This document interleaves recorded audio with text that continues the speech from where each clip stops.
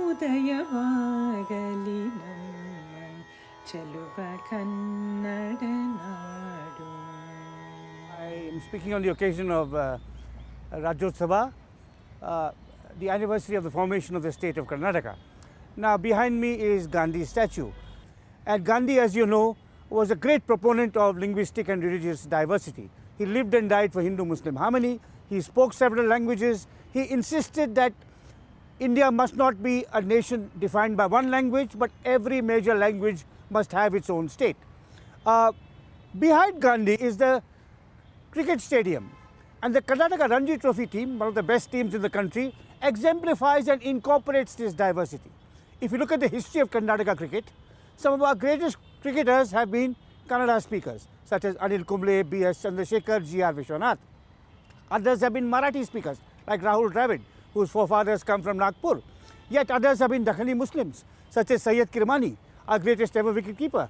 Yet others have been Christians, such as the Anglo-Indian Roger Binney, the magnificent all-rounder of the 1983 World Cup team.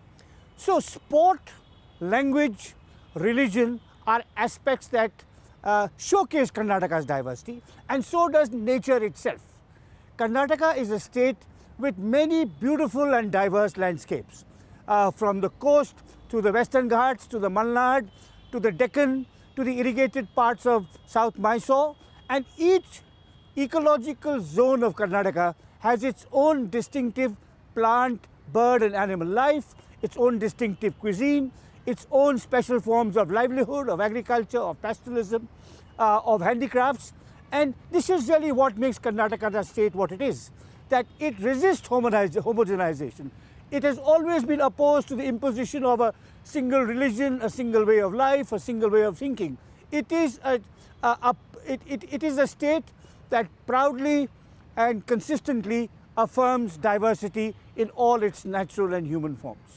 In today's times, it is very important that we work together towards creating a meaningful society that lives up to the goal of fraternity enshrined in our Constitution. We have historically been a very diverse society. This deep diversity of cultures, religions, languages, food habits, sartorial traditions and choices all define who we are fundamentally as Indians. Diversity does not mean simply existing side by side. It requires us to engage deeply with each other, especially with those who are different from us and how we understand ourselves. And this meaningful diversity is what makes for a pluralistic or a Bahutva society and culture.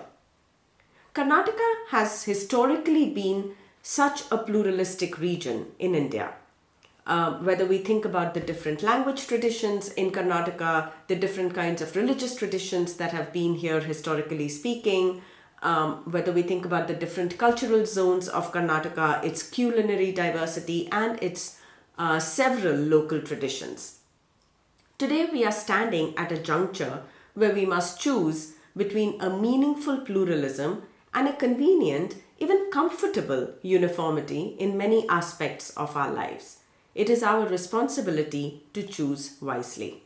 On the occasion of Kannada Rajyothsava, which is on the 1st of November every year, I just want to remind ourselves about what Kengal Hanmantaya meant when he used the word composite state to describe Mysore. In part, this was because he was referring to the multiplicity of languages that the region of Mysore actually contained and cherished. This statue, which is the statue of Edward VII, who was the King of England from 1901 to 1910, was erected entirely by public subscription in 1914 and unveiled in 1919, and is a good example of composite culture because it has on the front an inscription in English, and then you have the inscription in Kannada. You have the inscription at the back of the statue in Urdu, and finally you have also the inscription in Tamil, which was of course a widely spoken language in Karnataka, in Mysore. This is a good example of composite culture because it talks about the multiplicity of languages But it also is a very good lesson to our students of what it means to have equality with difference, because here the languages are treated on the same plane. They are being treated as equal, and that was in fact the case even in 1927 when Krishnaraja Wadiyar celebrated his 25th Silver Jubilee. He issued his proclamation not only in English and Kannada but also in Urdu. And these are good examples of the ways in which languages were treated with respect and equally in the composite state of Mysore. ಭಾರತದಂಥ ದೇಶದಲ್ಲಿ ಬಹುತ್ವತೆಗೆ ಅತ್ಯಂತ ಪ್ರಮುಖವಾದಂಥ ಸ್ಥಾನವಾಗಿದೆ. ಇತಿಹಾಸ ನಮಗೆ ಅತ್ಯಂತ ಪ್ರಮುಖವಾದಂಥ ವಸ್ತುವಾಗಿ ನಾವು ಕಾಣಿಸ್ತೀವಿ. ಈ ಒಂದು ಹಿನ್ನೆಲೆಯಲ್ಲಿ ಭಾರತದಲ್ಲಿ ಪ್ರಾಚೀನ ಕಾಲದಿಂದಲೂ ಅನೇಕ ಧರ್ಮಗಳು ನಮ್ಮ ಜೊತೆಯಾಗಿ ಬಂದಿದ್ದನ್ನು ನೋಡ್ತೀವಿ. ಅನೇಕ ಧರ್ಮಗಳ ಜೊತೆಗೆ ಸಂಸ್ಕೃತಿ ಈ ದೇಶದ ಒಂದು ಸಂಪತ್ತಾಗಿ ನಾವು ಗುರುತಿಸ್ತಾ ಹೋಗ್ತೀವಿ.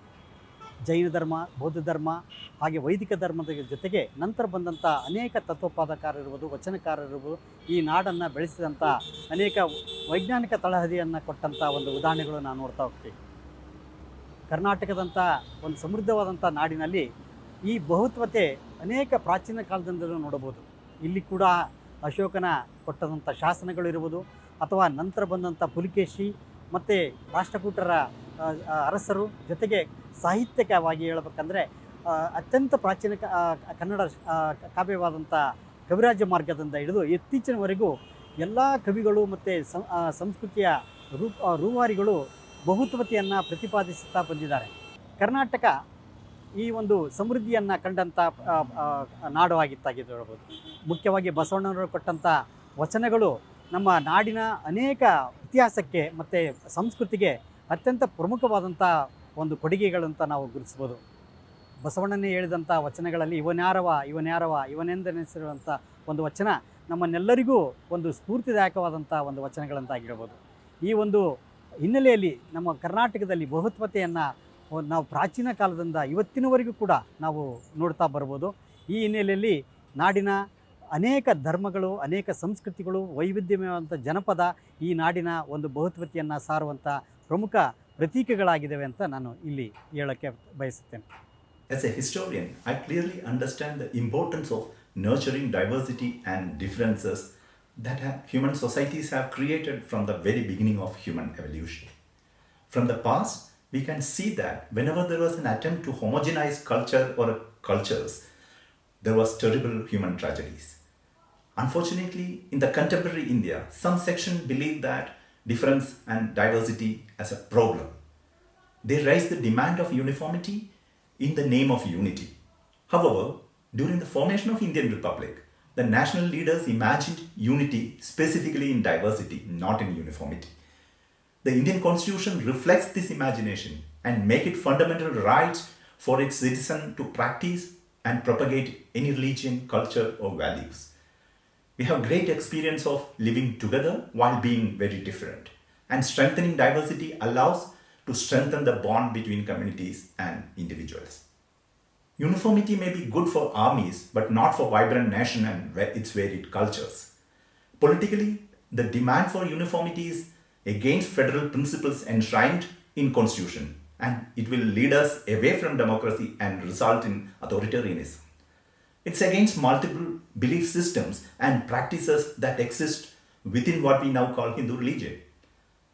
People believe in multiple gods, rituals and religious practices. This diversity has only strengthened the humanity in us by allowing us to respect other human beings and communities that are different from ours. All over the world, whenever we refuse to accept the difference, there was riots, murders, wars and genocides. I hope those who believe in democratic principles will join together and resist all the attempts to destroy the differences and the attempts to make our society uniform. Let us be together and be different.